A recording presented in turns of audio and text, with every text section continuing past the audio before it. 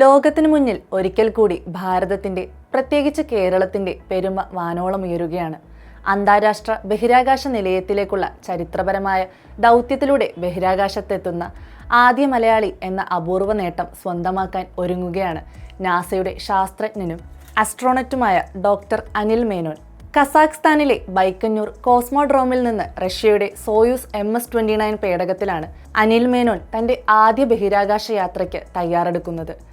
8 മാസത്തോളം നീണ്ടുനിൽക്കുന്ന സുപ്രധാന ദൗത്യത്തിനായി റഷ്യൻ ബഹിരാകാശ സഞ്ചാരികളായ പ്യോട്ടർ ഡുബ്രോവ്, അഞ്ഞ കിക്കിന എന്നിവർക്കൊപ്പമാണ് അദ്ദേഹം കുതിച്ചുയരുക.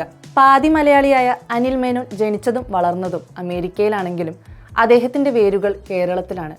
പാലക്കാട് ഒറ്റപ്പാലം സ്വദേശിയായ ശങ്കരൻ മേനോന്റെയും യുക്രൈൻ സ്വദേശിനിയായ ലൈസയുടെയും മകനാണ് ഈ 49-കാരൻ.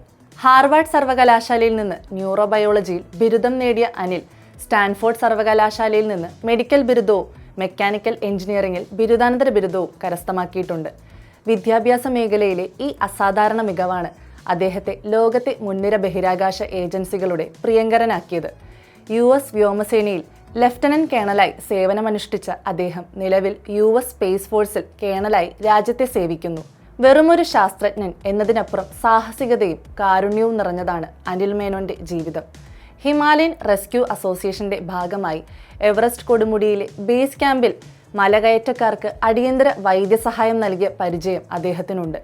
അഫ്ഗാനിസ്ഥാനിലെ സൈനിക സേവനത്തിന് പുറമെ 2010 ഹെയ്തി ഭൂകമ്പത്തിലും 2015 നേപ്പാൾ ഭൂകമ്പത്തിലും ദുരന്തബാധിതരെ സഹായിക്കാൻ മുൻനിരയിൽ നിന്ന മെഡിക്കൽ ഓഫീസർ കൂടിയാണ് അനിൽ. പണ്ട് റോട്ടറി സ്കോളർഷിപ്പിന്റെ ഭാഗമായി ഇന്ത്യയിലെത്തി പോളിയോ നിർമ്മാർജ്ജന പ്രവർത്തനങ്ങളിലും അദ്ദേഹം പങ്കാളിയായിട്ടുണ്ട്.